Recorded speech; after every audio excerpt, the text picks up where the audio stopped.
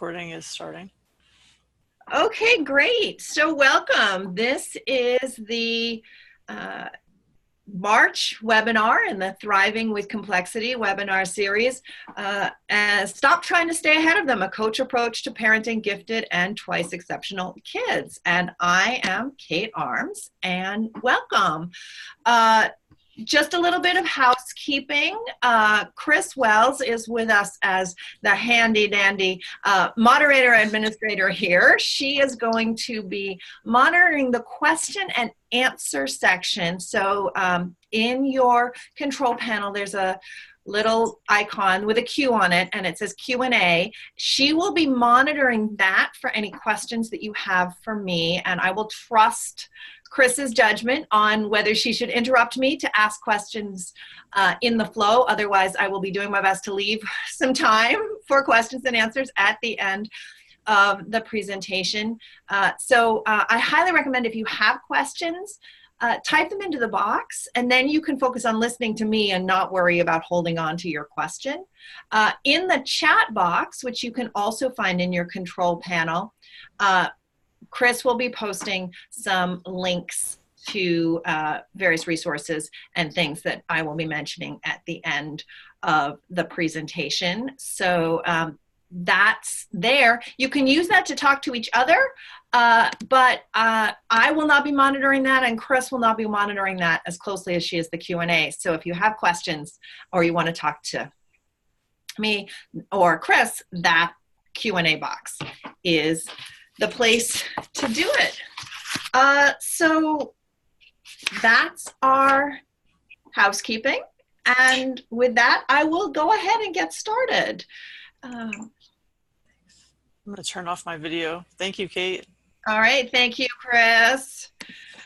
So if you don't know me, now you can see me twice on your screen. You can see me in picture and see in life. This is me. I am a coach. I run a coaching company called Signal Fire Coaching, and you can find me all over the interwebs. I specialize in the challenges of high achievers and gifted and twice exceptional individuals. And at signalfirecoaching.com, you'll see a sort of corporate career business systems approach for people who are high achieving and working on major life goals.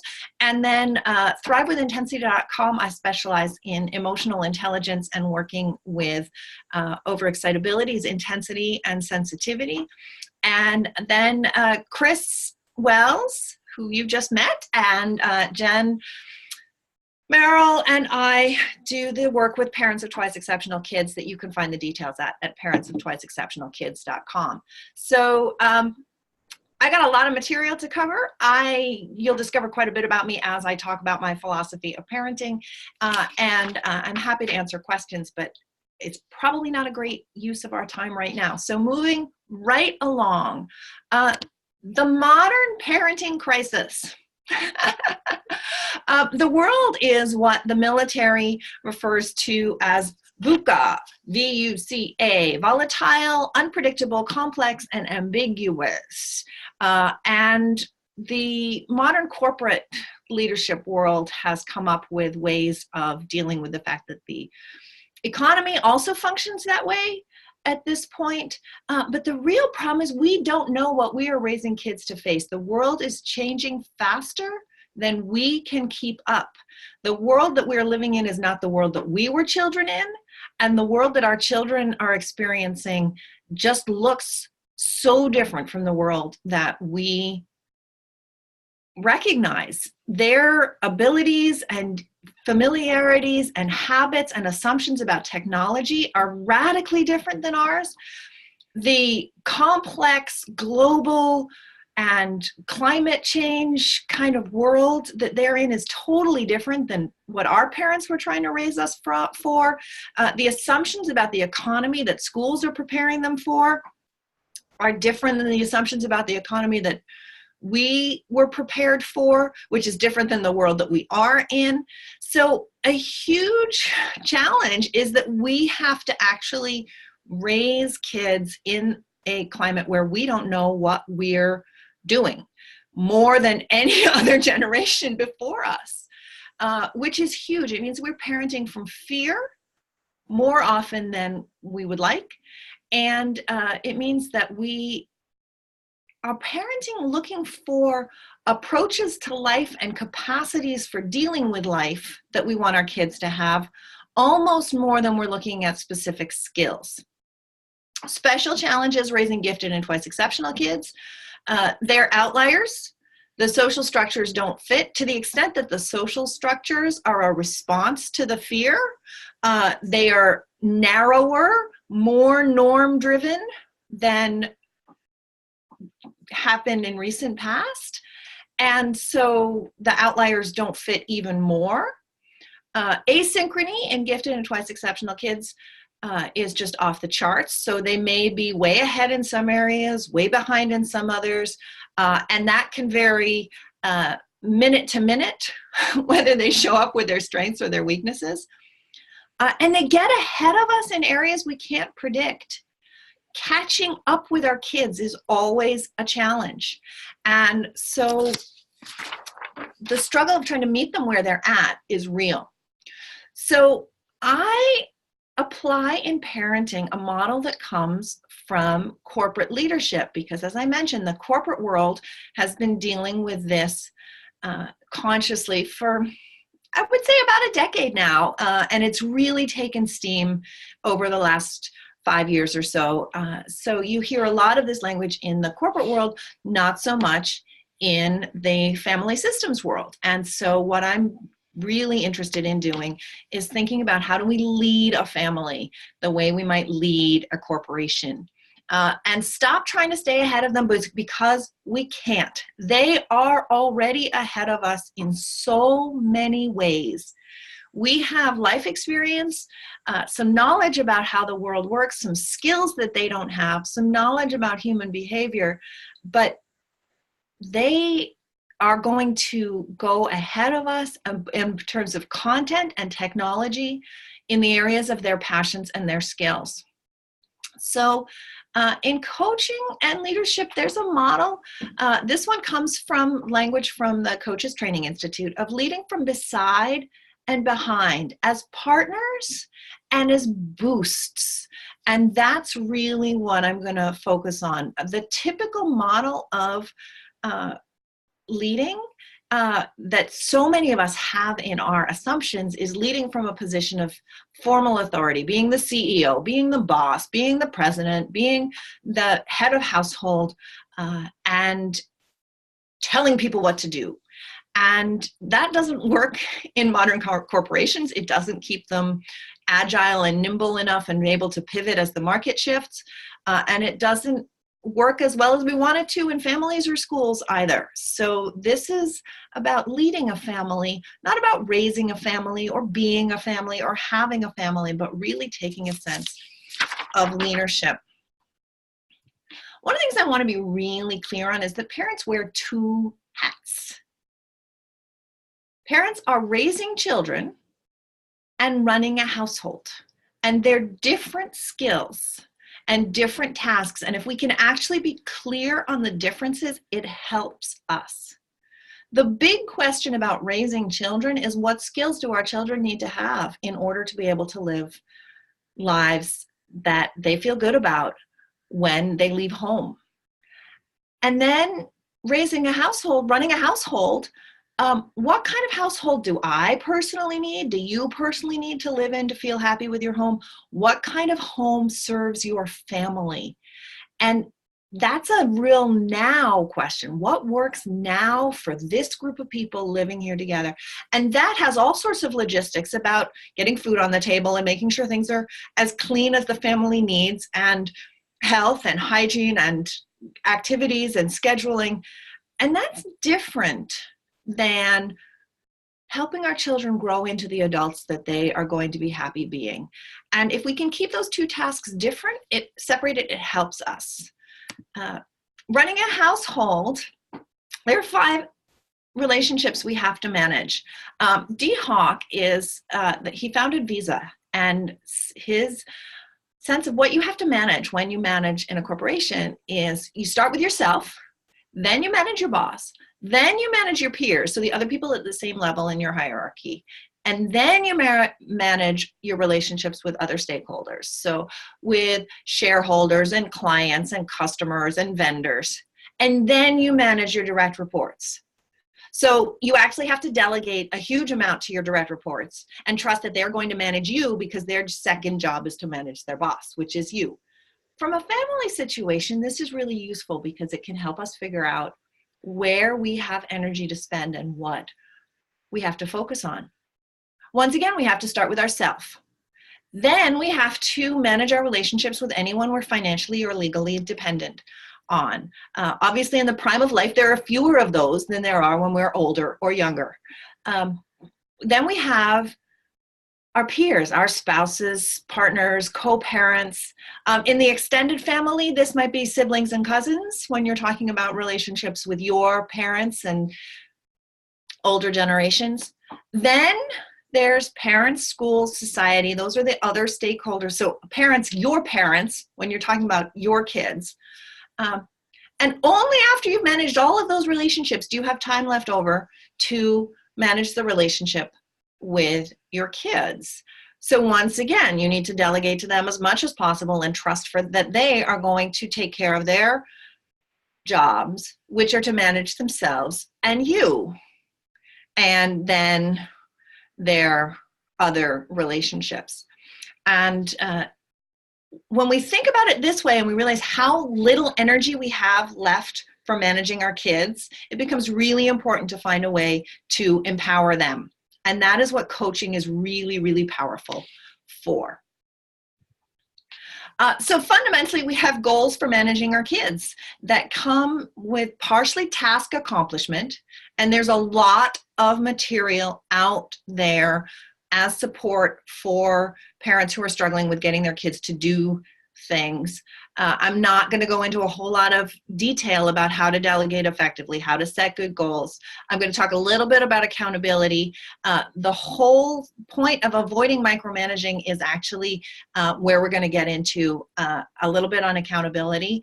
And then skill development, that's teaching the real skills. And I'm going to talk a little bit dropped in about skill development, but fundamentally I'm going to focus on the culture side of things in this talk. The culture side of things is we want our kids to use their skills effectively to support the family goals. We want them to be productive members of the family. We want them to be engaged and enthusiastic members of the family. And we want to make sure that they want to come home and visit when they are successfully launched into their adult lives. Now, it's a little funny to talk about family goals for a lot of people. A lot of people aren't really sure how to think about family goals. And I think at the heart of most families, what we want is while our kids are at home, we want mutual support, knowing that we're providing more of the support than they are, because we have greater resources and greater skills and greater capacity to go out and earn a job. Physical and emotional support. We want home to be a place where we feel taken care of and joy. And then we also have goals as a family to have the kids ready for life as adults. We want them to be able to provide for themselves financially, to be basically happy with life.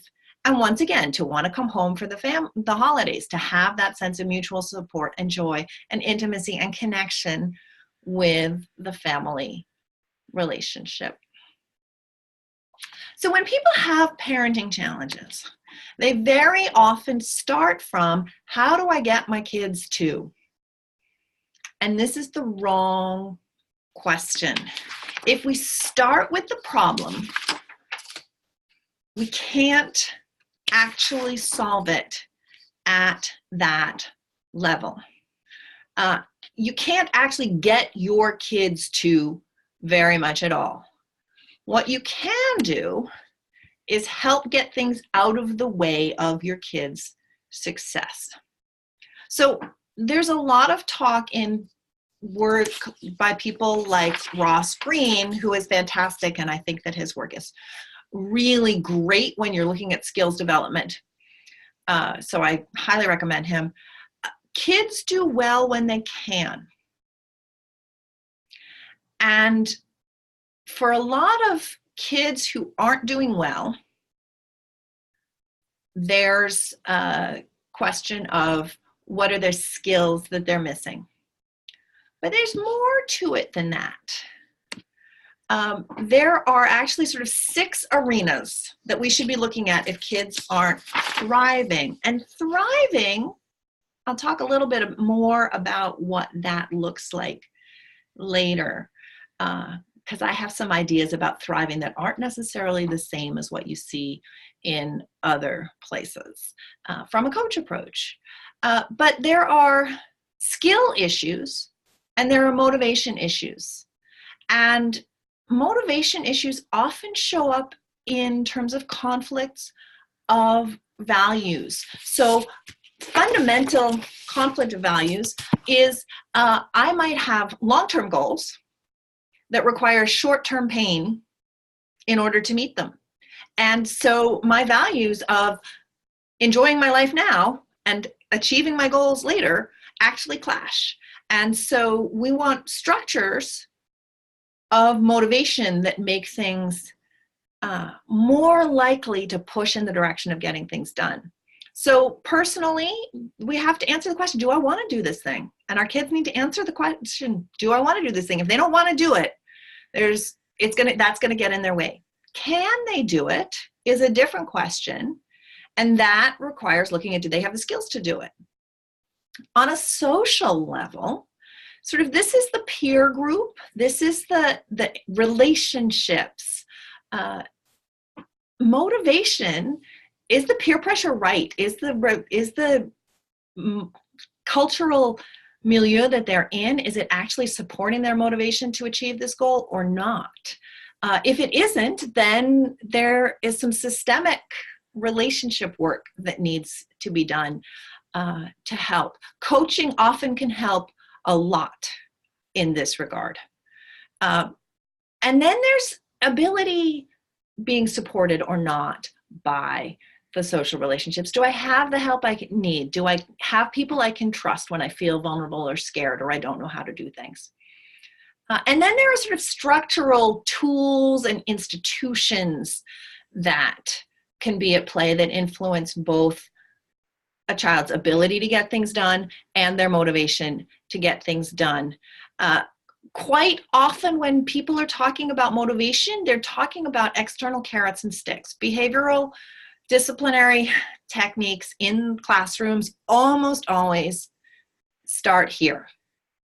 And what we know about motivation is that these structural systems can drive behavior in ways that eliminate the personal motivation. If the structural motivation and the personal motivation aren't aligned, the structural motivation can actually override a person's individual values, and that has an impact on happiness, as we're going to talk about in a little bit. So this is why for some people, their kids respond really well to chore charts and stickers and that kind of reinforcement, and then they stop doing the work unless they get the reinforcement. And that is because they've been shaped by the external motivation. So what coaching is really good at as an approach is figuring out what the motivations are for your children, figuring out where their skills are lacking, and what the next step in their growth can be.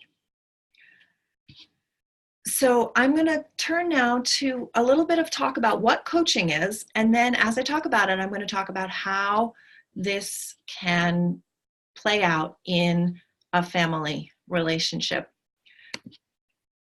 The key to a strong coaching relationship is that it feels safe enough to be courageous. And this is super, super important for children because children's job as human beings is to learn and grow and develop into functioning, capable adults. And they start knowing almost nothing. They have a few instincts about how to learn, and they have to learn everything. And I just want you to think for a moment, what does it feel like for you when you need to learn something, when you're a beginner? It probably feels vulnerable, scary, and you know you're going to make mistakes. Kids live in this environment. It's why kids are trained and primed to learn through fun and play. And it's why play-based learning is so powerful. Play makes it feel safe enough for them to be vulnerable, willing to look at their shortcomings, able to recover from mistakes and failures, and able to be courageous. One of the phrases that I love and that is great to teach your kids is that courage looks like action and feels like fear. We never feel courageous. We only ever feel scared and have other people say that we're being courageous, or we look at our behavior in retrospect and say that took courage. So the coaching relationship is really designed, and a coach approach to parenting is really designed to create that sense of safety, and that keeps kids willing to learn, willing to grow, willing to stretch.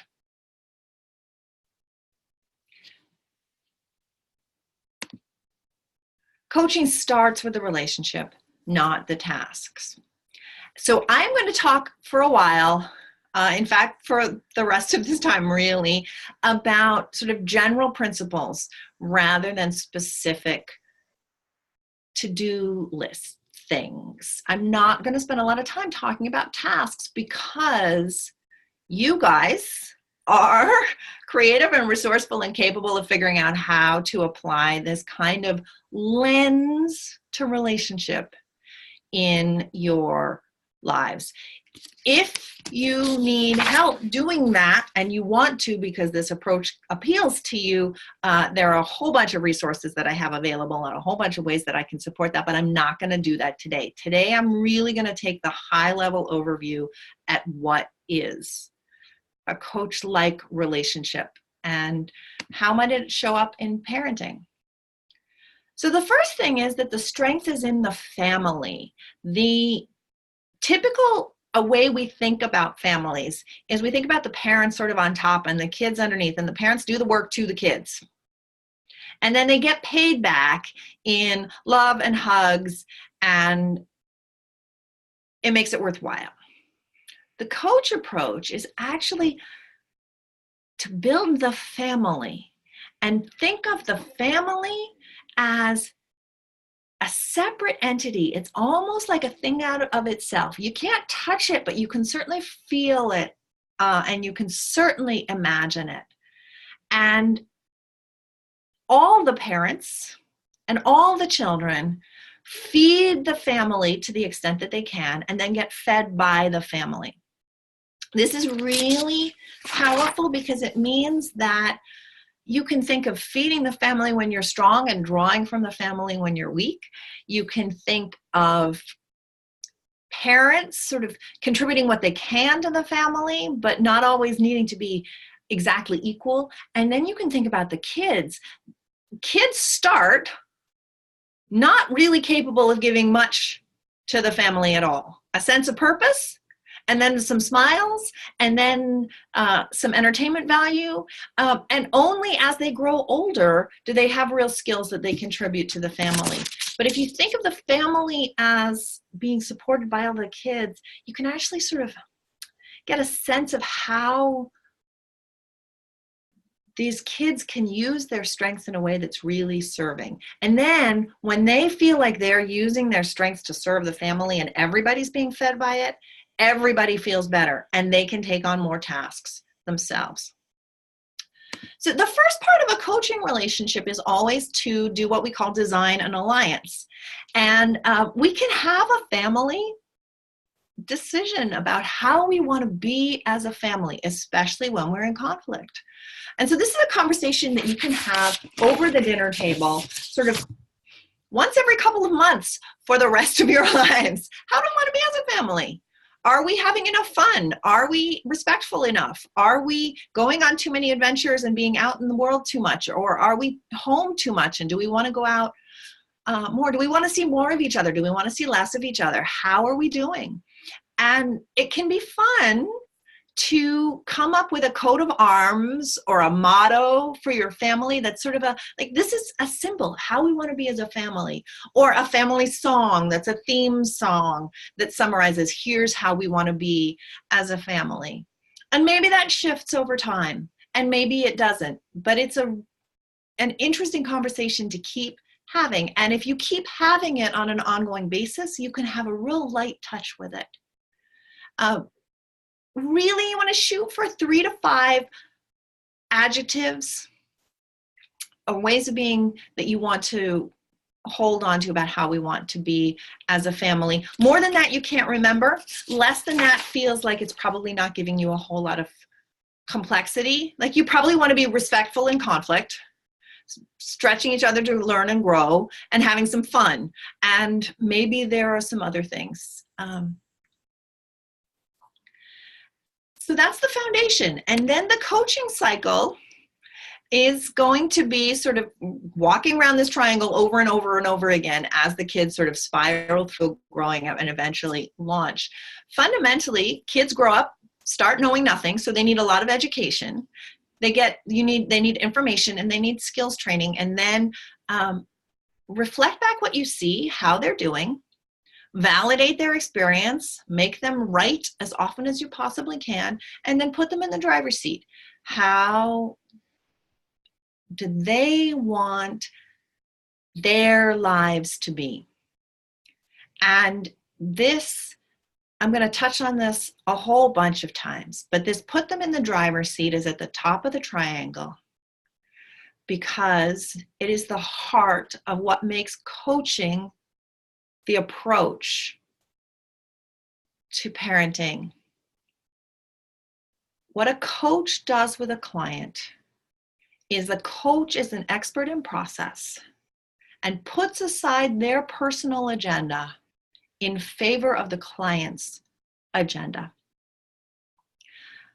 So a coach approach to parenting is to, in the part of parenting that is about raising the children to grow up to be the adults that they are happy with their lives, to find out what their agenda is and be in service of their goals, to be in service of who they think their best version of themselves is, who they want to be, which might be very different than what we think they should want.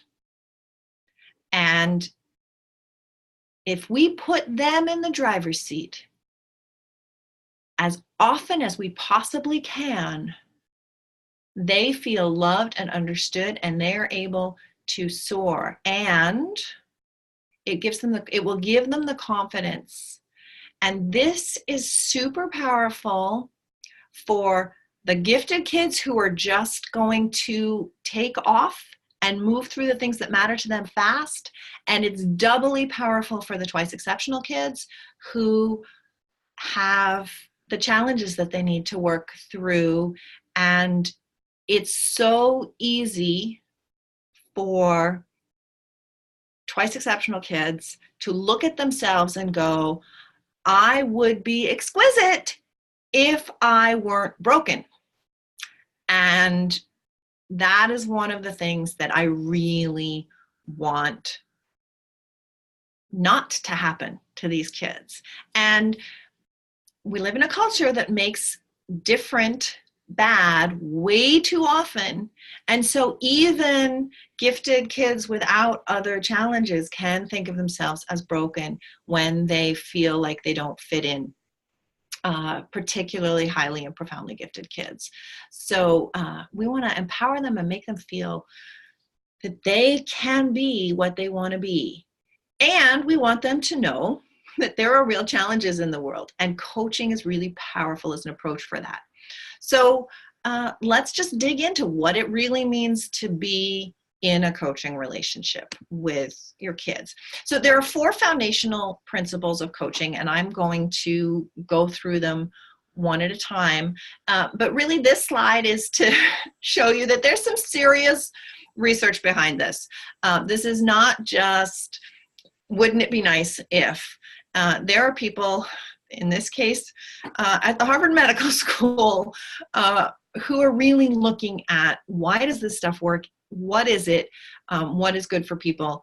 And so these 4 elements: people are naturally creative, resourceful, and whole, dance in this moment, focus on the whole person, and evoking transformation, are the foundational principles of coaching. And this slide just shows sort of some of the research that's been done, but that's really more technical than what we want. What we want is to know what this means for us as parents.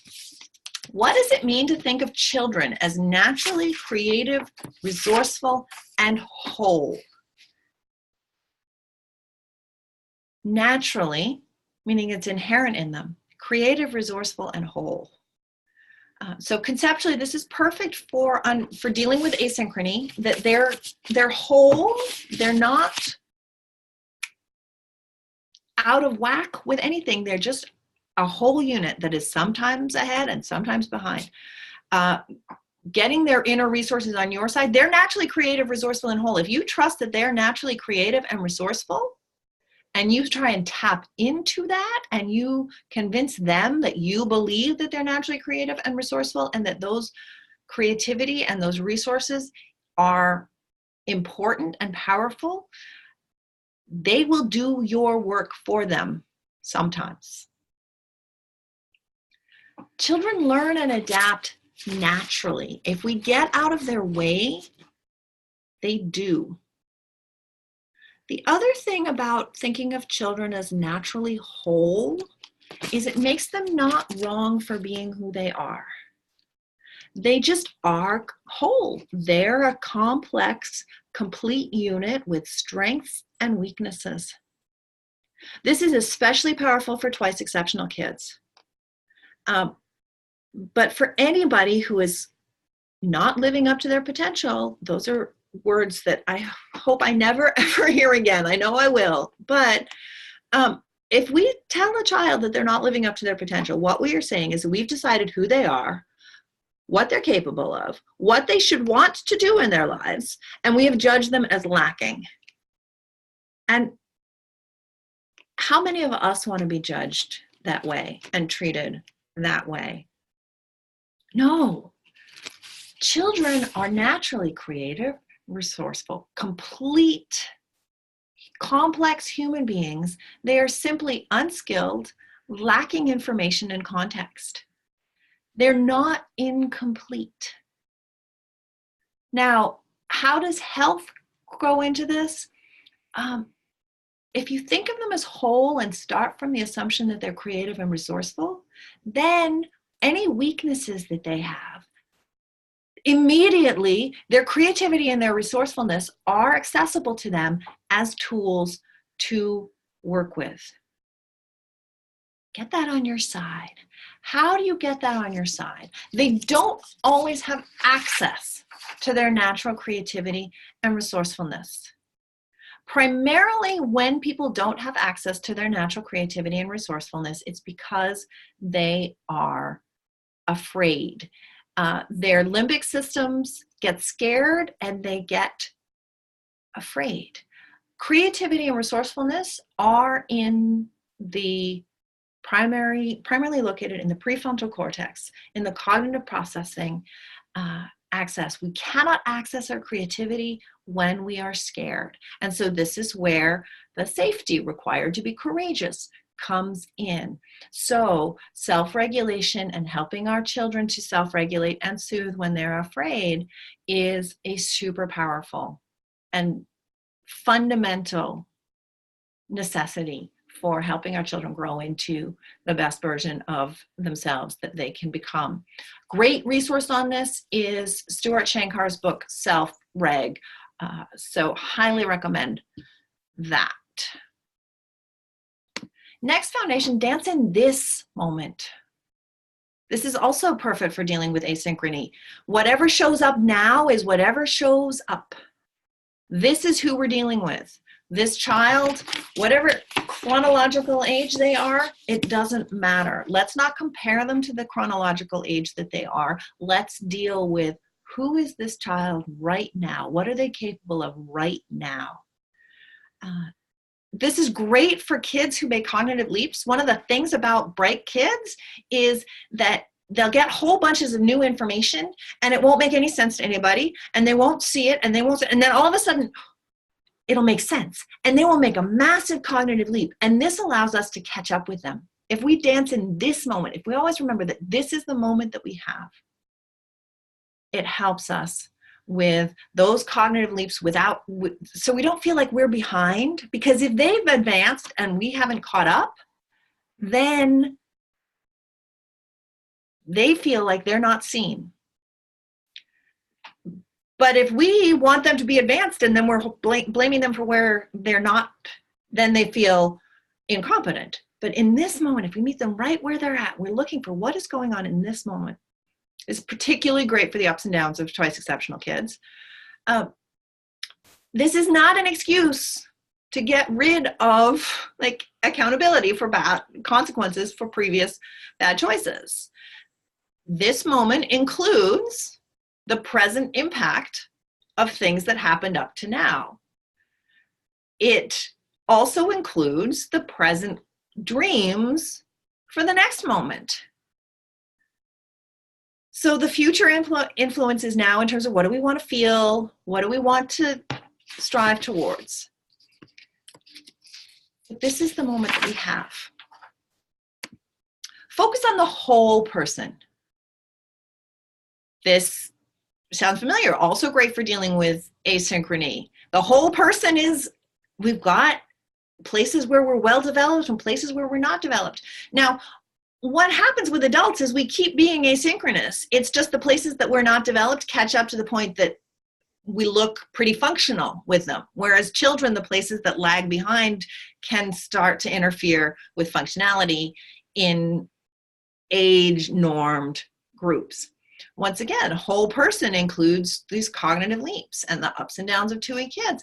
And really, it's about mental, physical, emotional, and spiritual health. And when I say spiritual health, I'm not talking about religious traditions. I'm talking about the need for a sense of meaning and purpose, a sense of connection to the larger whole, connection, awe, and wonder. Those are human needs. And one of the things that having a designed alliance with your family and like a family motto and empowering the family and feeling like fueling the family and then taking support from the family as needed is really useful, is that you've already created the idea of the family as greater than the whole of the sum of its parts. And that need to be connected to a larger whole is already being fed from there. Individual people have other needs about meaning and purpose and connection to a larger whole, and you can figure out what it is for your kids, but you've already started doing something just by empowering the family that way. The final one of the 4 foundational principles is evoke transformation. Now, evoke transformation sounds a little esoteric, and it is. Evoking something is to sort of call it forth, but not to pull it forth. It's to create space for it, to hold open the possibility that it will happen, but not to be attached to when or how it happens or exactly what it looks like or who does exactly the work. And then transformation is like, that's a big word, but it's big growth that these kids have to go through. They have to go from being infants to being adults. And they have a series of transformations that they're going through on the way. And in fact, one of the things that we know is that adults underestimate how much they change as they grow. And the thing about evoking transformation as a parent from children is it lets us off the hook in some really important ways. We can't do the growing for our children. They have to do that. And it allows us to stop taking the blame if they don't grow the way that we expect them to, or the way that their teachers expect them to, or that their grandparents expect them to. Our job is to see the potential and to remind them that it's possible, and to always have in our hearts just knowing that it's coming at the pace that it will come. One of the things about growth and change is it happens when it happens. It's not on a timetable. Schools expect it to happen on a timetable. Human development happens on some relatively consistent trajectories, but we know there is some data that I saw about a decade ago that the self-regulation and emotional regulation of intellectually gifted kids tends to be delayed. So this is sort of where the asynchrony is frequently, that emotional self-regulation piece. Those parts of the brain that typically develop in neurotypical kids at 7 don't develop in gifted kids until 11 or 12. So there are a lot of kids who struggle in that 7 to 11 range, because what's happening in terms of at school is the expectations are that they've had a developmental leap that they haven't had yet. And evoking transformation is like sitting back and being like, it's going to happen. When it happens, we'll be ready for it and we'll celebrate it. But until then, we're just going to believe that what will happen. And what can we do to lean in that direction, to encourage it to happen? But also, standing on the cornerstone of transformation allows the possibility that they're going to change. Their sense of identity will evolve. Our sense of identity will evolve. It allows growth in a way that doesn't force it, which is important because often in psychological growth areas, permission to not change and not grow is part of what makes it safe to grow, because growing requires being vulnerable, making mistakes, stepping into things that you don't know how to do. And so permission to not change, to try it and fail, is often a requirement for the willingness to try. So I'm going to move now to, if those are the foundations that you stand on, the idea of evoking transformation, the dancing in this moment, focusing on the whole person, and children are naturally creative, resourceful, and whole, there's sort of what I think of as the attitude, coaching attitude, coaching presence. This is sort of the water we swim in, the air we breathe, the things that are floating in the environment that we just sort of pick and choose and use as a way of being. It starts with curiosity. If you've ever had a coaching session with a coach, you know that most of the time the coach is asking questions and you're talking. This is because the coach doesn't know what's going on in the client's head. The client knows what's going on in the client's head. As parents, we do not know what is going on in our children's head. In order to help our children, we have to ask them what's going on in their heads. And they may not be able to tell us, but we can dig and scout around and listen for what they're saying and what they're not saying. We can listen for the things that they don't seem to have the words for, but they're sort of scouting around. We can listen for the things it sounds like they're scared to tell us. And we can listen for the actual facts of what they are telling us. And then we can use our intuition. We've used our intuition as parents from the time we became parents. With infants, we're using intuition all the time. We know that they're crying means that they're uncomfortable and that there's probably one of a handful of things, and we guess based on what's happened so far and what we know about them so far. We guess, we try something, and then we get feedback about whether that seems to be the thing or not. It's easy to forget when our children are verbal that we're doing the same thing. We're guessing what's going on in their head based on what they're able to tell us and what we sense from listening to what they're not saying and what we're seeing in their behavior. But we don't actually know. Our intuition might be good, but we actually have to check in with them and get curious. Are we right? Are we right? What's the impact of this on us? The other two pieces of the coaching attitude that matter are self-management and awareness and action. Self-management is really about let me know what is my agenda and what is your agenda. And when what I'm trying to do is grow you into the human being that you want to be, it's not about the human being that I want you to be. It's actually the human being that you want to be. Who is going to make you, what is it going to be, make you happy and successful to be as an adult?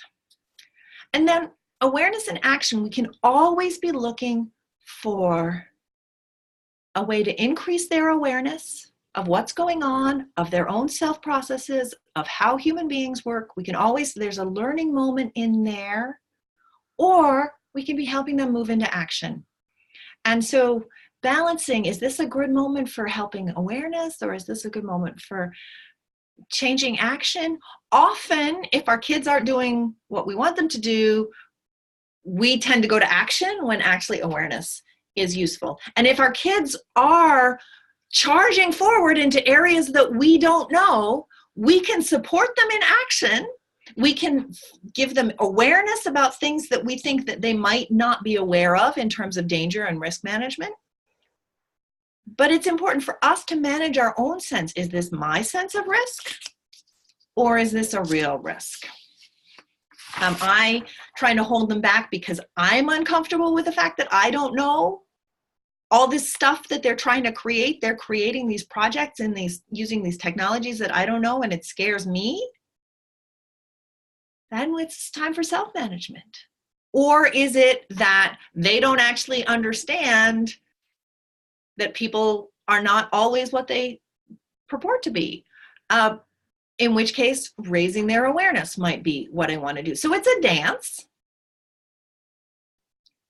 There's sort of three kinds of general directions we want to make that dance lead in. The first is fulfillment, which is that sense of meaning and purpose and feeling good about being alive in the world, which is actually what all of us crave.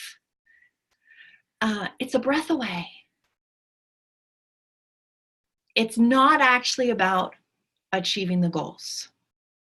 I believe, and I'm not alone in this, that people feel good about their lives when they're in motion towards goals that matter to them. So in motion, this is, are they feeling courageous enough to take the next step? Are they capable of taking the next step? Has the next step been identified small enough that they stand a reasonable chance of success towards goals? What has been established as a goal and that matters to them? Our children are not going to feel good about their lives when they are in motion towards goals that matter to us or that matter to their teachers, unless making us or our teachers happy is a goal that matters to them. Luckily for most of us as parents, actually not disappointing their parents and making their parents happy is a goal at some level. It's part of their nature because they know they need us, because human beings need so much parenting and raising as children. And it's their job to manage us to that extent. But we can help, because we can help them identify what matters to them. Values could be discovered implicitly, that we don't have to sort of sit down and go, what matters to you? We can look at what they're doing, and we can look at the choices that we're making, and we can reflect back to them. We can say, you know, I noticed that you keep choosing to play games that have just one person and not a group of people playing with them. So maybe it's important to you to have a deep relationship with someone rather than to be part of a crowd. Is that right? And then have a conversation with them about it. there are inner voices in our heads as adults that get in our way. As kids, the experience is often of lashing out, crying, throwing things, running away, hiding, getting emotional without necessarily knowing why, getting reactive, throwing things, slamming doors, not really sort of knowing what's going on, procrastination, like not being willing to start. There may often not be a real consciousness of what is going on. It often manifests as behavioral in children because they haven't developed the prefrontal cortex, the cognitive processing to get there. As adults, it's the one that says, you're not good enough. Why do you think you should do that? That's for other people. You tried that before and it didn't work. Kids have those experiences even if they don't have the ability to articulate it. And one of the things that we can do for our kids is we can actually say, I see this behavior. It looks to me like this is what's going on. Is it possible that that's what's going on? What can we do to either make the step smaller, less scary, hold your hand, any of those things? Another thing that we can do is we can talk through our own processes of working through our own fears, of combating those voices inside our own head. So as our kids develop those internal voices, they have ways of dealing with them. We can say, oh, look, there's that part of me that says, I'm not good enough to do this. And so I'm like, okay, I'm not good enough to do this yet. I better learn. And so we can all work on those voices. And coaches work with people a lot on these voices. I spend so much time with my adult clients working on their inner voices.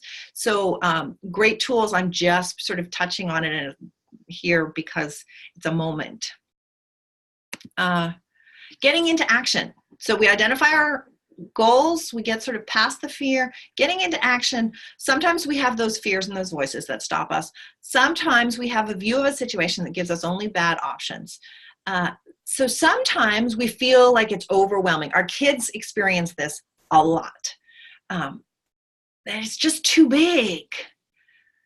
And so breaking it down, chunking it, little tiny pieces. You know, maybe it's an essay and maybe they've been asked to write 3 paragraphs and they can't figure out how to get all this stuff in their head. Our gifted kids in particular, they've got so much stuff in their heads. They've got a book worth of material. It feels awful to try and then narrow that down into a paragraph. And you can't even dumb it down as a paragraph. You have to start with a first sentence. Where do you start? So it's narrowing, making smaller steps can make it feel not so overwhelming. The other thing is finding a new perspective could be powerful. This project that feels overwhelming is like a great big mountain that you climb one step at a time. How do we make it feel like an adventure? What would make it be like a quest? If it was, you know, a hero's journey and there were all these obstacles in the way, what kind of mentor or tools or magic would be helpful in the way? Finding a perspective that makes it feel less overwhelming can be super useful. Thirdly, sort of being in the process of life, especially with tough emotions. Learning to be with our kids without trying to make them feel better is super powerful. Emotions are just emotions. They last for about 90 seconds because they're a signaling system. The emotional reaction is our experience of being in the world, and it gives us some clues as to, is this a good thing or a bad thing, and which directions do we want to go? And the emotion comes in, sticks around for long enough to come to consciousness, and if we don't do anything with it, but pay attention to it and let it feel it, it then passes, because then we have to be a blank slate for the next emotional signal to come in. What happens is if we resist the emotion, it persists. It starts knocking on our head saying, pay more attention. I've been trying to get your attention all day. And if we shut it down, we stop having any emotional experiences. And so if we don't let ourselves feel the uncomfortable experiences, that's where depression comes from. not being able to be with those uncomfortable experiences. Anxiety also comes in there if it feels like we can't be in action despite having emotions. So a coaching approach to tough emotions is just to be with them, just to be with them. And then to say you can feel the emotion and you can act at the same time. So like courage, feels like fear, looks like action. Feels like sadness, looks like getting the dishes done. Feels like disappointment, looks like doing your math homework. And making it clear that both and is possible with emotions gives the kids naturally creative, resourceful, and whole selves information. Oh, it's possible to do that. I wonder how I could do that. Their brain gets on your side. So it's a really powerful thing to do. So the skills of coaching, powerful questions. This is curiosity. Starts with what? Direct communication and transparency. Really just talking your kids through what's going on inside your own head and telling them what you see. Goal setting and accountability. We talked a little bit about accountability at the beginning, that 6-part framework of what gets in the way of my kids' success. That's an accountability assessment tool. Accountability is about how do we make things go right. It's not about punishment. It's about how do we make things go right. Punishment doesn't work. Natural consequences are going to be what they are. How do we actually set them up for success? And goal setting, there's so much information out there about goal setting. I haven't really talked about it. The trick is to have them help you set their own goals so that they are feeding the process, so that they take control of what the goals are, what matters to them, what is the thing that they want to make progress on. There are so many skills they could be working on that it really could be anything. Now, direct communication and transparency takes courage as a parent, because you have to be willing to be open about how you're flawed, about how you face your own vulnerabilities. It increases trust. It reveals your inner humanity, but it also helps teach your kids, because it lives in the land of do as I do, not as I say. You actually model for it. The thing that I want to talk about here a little bit in terms of allocation of tasks is I have not spent any time talking about the parts of running a household that are actually about making it functional for you. And that is because the allocation of tasks there becomes different. It's your job as the leader to set the framework and figure out what you need, and then to enroll them in the process. Delegating as fast as they're capable of helping. And what they're capable of doing depends on their skills and their motivation. And so that question of what is it that you need for the family to work for you is super important. And if that's something that you struggle with, it's because you want to make them responsible for things that you need, I highly recommend the self-care class that Jen and I teach, and getting support for yourself as a parent, getting support for yourself in meeting your own needs, because actually your relationship with yourself has to come before any of the rest of this. So I have covered a lot at a really high level of abstraction. So what questions? Does anyone have questions about this approach to parenting?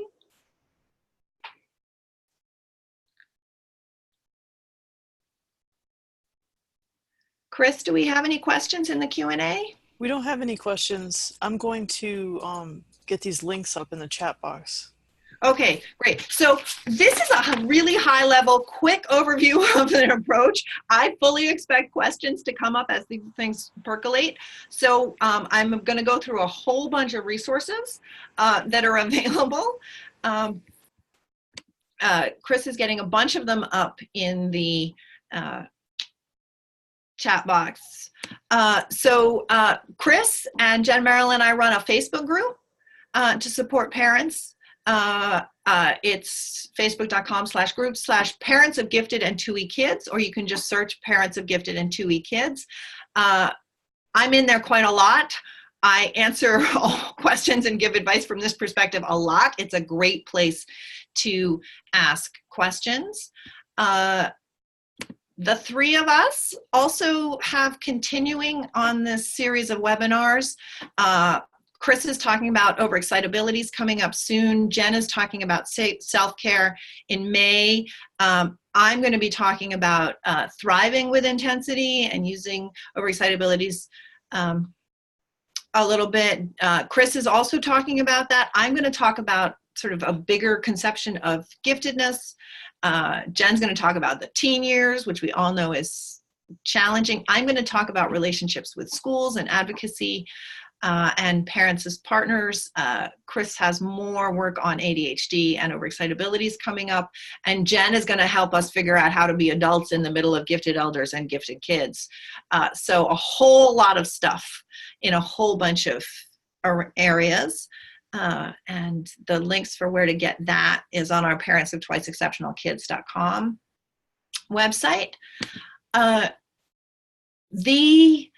The sort of inner mental game of dealing with frustration and asynchrony and expectations from the world that are different than what we're doing in ourselves, and the self-management piece, particularly focused on Twice Exceptional Kids, but also good for anybody. I'm teaching a class that starts at the end of May, the inner game for Twice Exceptional Kids.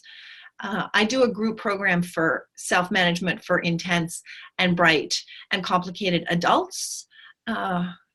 Anti-fragility is sort of resilience. It's coping with adversity in a way that actually makes you stronger. I've got a challenge that starts on March 6th coming up.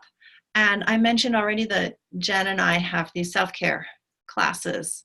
So lots of resources.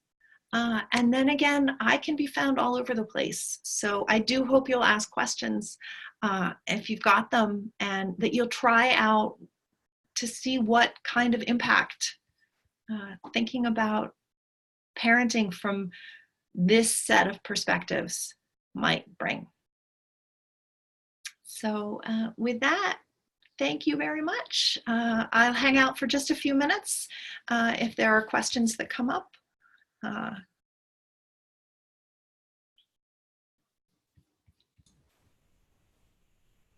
And thank you, Chris, for all those links. Thank you.